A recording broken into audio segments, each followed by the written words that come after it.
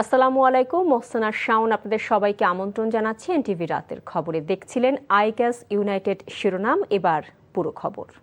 খুলে দেওয়া হলো জুলাই স্মৃতি জাদুঘর। রাজধানীর শেরেবাংলা নগরে এই জাদুঘরের উদ্বোধন করে প্রধানমন্ত্রী তারেক রহমান বলেন, এটি কোনো একক ব্যক্তি, গোষ্ঠী বা দলের রাজনৈতিক ভাষ্য প্রতিষ্ঠার স্থান হবে না। তিনি বলেন, একটি গোষ্ঠী পরিকল্পিতভাবে দেশকে অস্থিতিশীল করার অপচেষ্টা চালাচ্ছে। সরকার প্রধান বলেন, যথাযথ প্রক্রিয়া অনুসরণ করে জুলাই হত্যাকাণ্ডের বিচার হবে স্বচ্ছ, নিরপেক্ষ ও বিশ্বাসযোগ্য। আগামীকাল থেকে জাদুঘরে প্রবেশের সুযোগ পাবেন সর্বস্তরের মানুষ। বিস্তারিত হাসান মাহমুদের রিপোর্টে। রক্তস্নাত গণ অভ্যুত্থানে হাজারো শহীদের স্মৃতির স্মরণে জুলাই অভ্যুত্থান স্মৃতি জাদুঘর। জুলাই গণ অভ্যুত্থানের দ্বিতীয় বছরেই তার উদ্বোধন করলেন প্রধানমন্ত্রী তারেক রহমান। উদ্বোধন শেষে জুলাই শহীদ, আহত ও দেশ জাতির কল্যাণে মোনাজাত করা হয়। পরে জুলাই গণ অভ্যুত্থান স্মৃতি জাদুঘর পরিদর্শন করেন প্রধানমন্ত্রী। স্বচক্ষে দেখেন জুলাইয়ের নিষ্ঠুর বর্বরতার চিহ্ন। পরে আলোচনায় শহীদ স্বজনরা তুলে ধরেন তাদের শোক ও স্মৃতি। আমি তো আমার সন্তানকে পাবো না, যেন আমি ওই স্মৃতিটা দেখে মনে করতে পারি যে আমার ছেলে ওই কলেজে পড়ছে। জুলাই যোদ্ধাদের যেন যথাযথ রক্তের মূল্যায়ন করা হয়। আমি চাই আমার ছেলের চিঠিটা জাতীয় শিক্ষা কারিকুলামে অন্তর্ভুক্ত করে পাঠ্যপুস্তকে পড়ানো হোক। জুলাই শহীদ ও আহতদের স্মরণ করে ডক্টর মোহাম্মদ ইউনুস বলেন, এটি হবে মাইল ফলক। এখান থেকে আমরা যে নারীর সূত্র যে রেখে যাব সবার কাছে, এই সূত্র যেন আর ছিন্ন না হয়। পরে প্রধানমন্ত্রী জুলাই স্মৃতি জাদুঘরের জন্য যারা অক্লান্ত পরিশ্রম করেছে তাদের প্রতি কৃতজ্ঞতা জানিয়ে বলেন, এই দিনটি দেশের যুগান্তকারী গণতান্ত্রিক ইতিহাসের স্মারক। এই জাদুঘর শুধুমাত্র 2024 সালের নৃশংস ঘটনার স্মারক হবে না।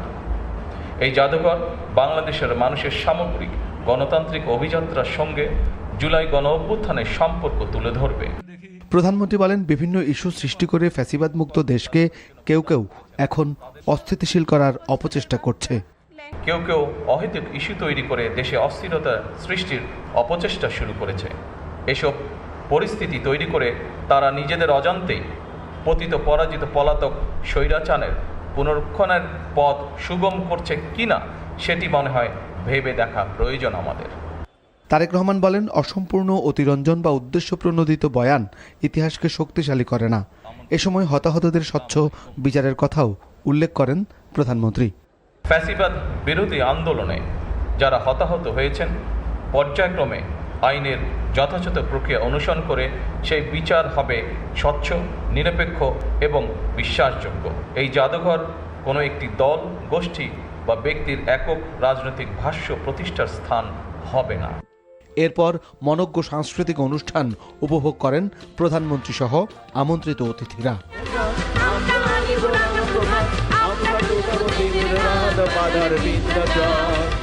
Hasan Mahmud, NTV news, Dhaka. আওয়ামী লীগের অনুশোচনা নেই, দলটি নির্লজ্জের মতো আবারও দেশে আসার কথা বলছে উল্লেখ করে ভারপ্রাপ্ত রাষ্ট্রপতি হাফিজউদ্দিন আহমদ বলেছেন, দেশে আসেন, রাজপথে দেখা হবে।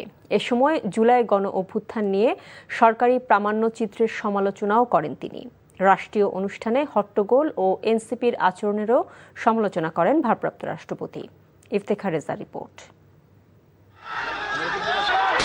বৈষম্যহীন দেশের দাবিতে তরুণদের দাবানল দাবিয়ে রাখতে সেদিন গুলি ছোড়া হয় রাষ্ট্রীয়ভাবে।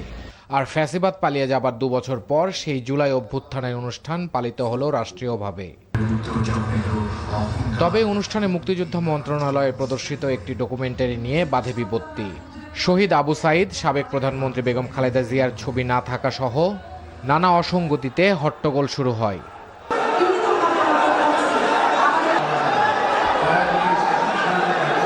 মুক্তিযোদ্ধা মন্ত্রী, স্বরাষ্ট্রমন্ত্রী সহ অন্যান্যদের সহযোগিতায় পরিস্থিতি স্বাভাবিক হয়। এ সময় বিভিন্ন রাজনৈতিক দলের নেতারা অনুষ্ঠানে তাদের বক্তব্য তুলে ধরেন।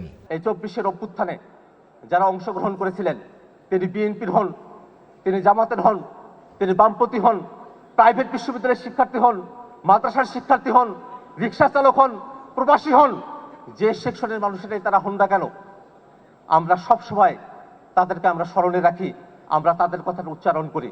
মাসব্যাপী জুলাই যোদ্ধার শহীদ পরিবারের যে কান্না, সব আহতদের সমান তালিকায় আনা হয়নি, সুযোগ সুবিধা পাচ্ছে না, অনেকে তালিভুক্ত হননি, অনেকের চিকিৎসা হচ্ছে না। একটা বাংলাদেশের মতো রাষ্ট্রের পক্ষে এই কয়েকজন শহীদের সুচিকিৎসা পুনর্বাসন কোনো অসম্ভব ব্যাপার নয়। গণভোটের গণরায় বাস্তবায়ন করতে হবে। আসুন একসাথে বসি। সংবিধান সংশোধন কমিটিতে আপনাদের আহ্বান জানিয়েছে, আপনারা এখনো নাম দেন নাই। গতকালকে প্রথম বৈঠক করেছি। জুলাই জাতীয় সনদের প্রত্যেকটা অক্ষর বাস্তবায়ন করা হবে, আমরা প্রতিশ্রুতি দিয়েছি। শহীদ হওয়া যোদ্ধাদের পরিবার ও সম্মুখ সারির আহত যোদ্ধাদের সম্মানে আয়োজিত সংবর্ধনায় রাষ্ট্রপতি তার ভাষণে এমন বিশৃঙ্খলার জন্য উষ্মা প্রকাশ করেন। ডকুমেন্টারিতে অনেক ভুল আছে। প্রথম ভুল আমি দেখেছি, সেখানে তো আবু সাঈদের ছবি নাই। আবু সাঈদ এই বিপ্লবের প্রতিচ্ছবি, প্রতীক। তার ছবি না থাকলে এটা কোনো ডকুমেন্টারি হলো না।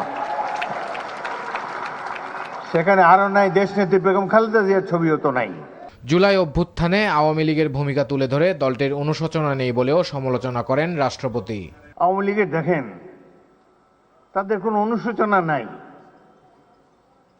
এত অন্যায়, অবিচার, খুন, গুম, মানি লন্ডারিং, হত্যা, নির্যাতন, আয়নাঘর, এতে তারা কোনো লজ্জাবোধ করে না তো।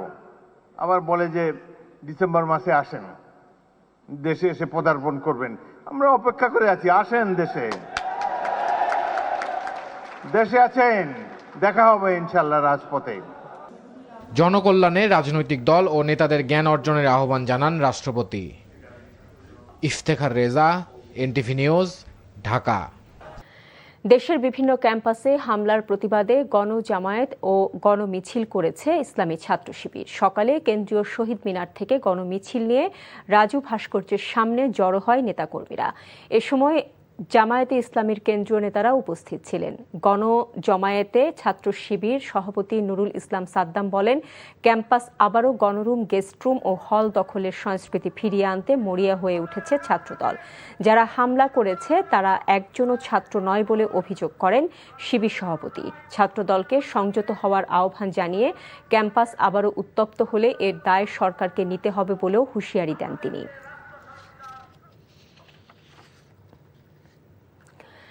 আওয়ামী ফ্যাসিবাদী কায়দায় ছাত্রদল ক্যাম্পাসে তাণ্ডব চালিয়েছে বলে মন্তব্য করেছেন জামায়াত ইসলামীর আমির ও জাতীয় সংসদের বিরোধী দলীয় নেতা ডক্টর শফিকুর রহমান। দুপুরে কাকরাইলে ইসলামী ব্যাংক সেন্ট্রাল হাসপাতালে আহতদের দেখতে গিয়ে এসব কথা বলেন তিনি। এ সময় জামায়াত আমির ক্ষমতাসীনদের অতীত থেকে শিক্ষা নেয়ার আহ্বান জানান। একযোগে ক্যাম্পাসে হামলার পেছনে ভিন্ন কোনো রাজনৈতিক এজেন্ডা থাকতে পারে বলেও মন্তব্য করেন তিনি। বলেন, নতুন বাংলাদেশে কেউ ফ্যাসিস্টের মতো আচরণ করলে তাদের পরিণতি ফ্যাসিস্টদের মতোই হবে। হামলাকারীদের দ্রুত বিচারের দাবি জানান ডক্টর শফিকুর রহমান। মৃত্যুদণ্ডপ্রাপ্ত শেখ হাসিনার সাথে অনলাইনে যুক্ত হওয়ায় ক্রিকেটার সাকিব আল হাসানের মাগুরা শহরের বাসভবনে ভাঙচুর এবং পেট্রোল দিয়ে গেটে আগুন দিয়েছে বিক্ষুব্ধ জনতা। মাগুরা সদর থানার ভারপ্রাপ্ত কর্মকর্তা আব্দুল্লাহ আল মামুন জানান, রাত 9:30টার দিকে বিক্ষুব্ধ জনতা বেশ কয়েকটি মোটরসাইকেল যোগে তার কেশব মোড়ে সাহাপাড়ার বাড়িতে কয়েকটি ইট পাটকেল নিক্ষেপ করে গ্লাস ভাঙচুর করেছে। এ সময় পেট্রোল দিয়ে তারা বাড়ির গেটে আগুন লাগিয়ে চলে গেছে। 2024 সালে মাগুরা 1 আসন থেকে আওয়ামী লীগের প্রার্থী হয়ে ক্রিকেটার সাকিব আল হাসান সংসদ সদস্য নির্বাচিত হন। জুলাই আন্দোলনে তার বিরুদ্ধে ঢাকায় একটি হত্যা মামলা রয়েছে। 2024-এ জুলাই যোদ্ধারা যেভাবে দেশের জন্য জীবন বাজি রেখে স্বৈরাচারের বিরুদ্ধে লড়েছেন, স্বাস্থ্য মন্ত্রণালয় তেমনি দেশের মানুষের সেবা করতে চায়। এমন কথা জানিয়েছেন স্বাস্থ্য ও পরিবার কল্যাণ মন্ত্রী সরদার সাখাওয়াত হোসেন। বিকেলে সচিবালয়ে নিজ মন্ত্রণালয়ে জুলাই গণ অভ্যুত্থান দিবস 2026 উপলক্ষে আয়োজিত আলোচনা সভায় একথা বলেন তিনি। এ সময় শহীদ আবু সাঈদ মুগ্ধ সহ জুলাই বিপ্লবে অংশ নেয়া নারী, কিশোর সকলের প্রতি বিনম্র শ্রদ্ধা জ্ঞাপন করে মন্ত্রী বলেন, আহত জুলাই যোদ্ধাদের আর্থিকভাবে সহযোগিতা করতে স্বাস্থ্য মন্ত্রণালয় সাধ্যমতো ফান্ড গঠনের চেষ্টা করবে। মন্ত্রণালয়ের কর্মকর্তা সহ প্রত্যেক নাগরিকদের দেশের বিরুদ্ধে সকল ষড়যন্ত্র মোকাবেলা করে বৈষম্যহীন একটি দেশ করার আহ্বান জানান স্বাস্থ্যমন্ত্রী। বলেন, স্বাধীনতা বিরোধীরা এখনো সক্রিয়, তাদের বিষয়ে সচেতন হতে হবে। এই ছিল রাতের খবরে। এই খবরের ভিডিও সহ আপডেট জানতে ভিজিট করুন এনটিভি অনলাইন www.ntvpd.com। এছাড়াও এনটিভির জনপ্রিয় সব অনুষ্ঠান ও খবরের আপডেট জানতে ভিজিট করুন আমাদের ইউটিউব ও ভেরিফাইড ফেসবুক পেজ। রাত 1টায় মধ্যরাতের খবর দেখার আমন্ত্রণ রইল। এতক্ষণ সাথে থাকার জন্য সবাইকে ধন্যবাদ।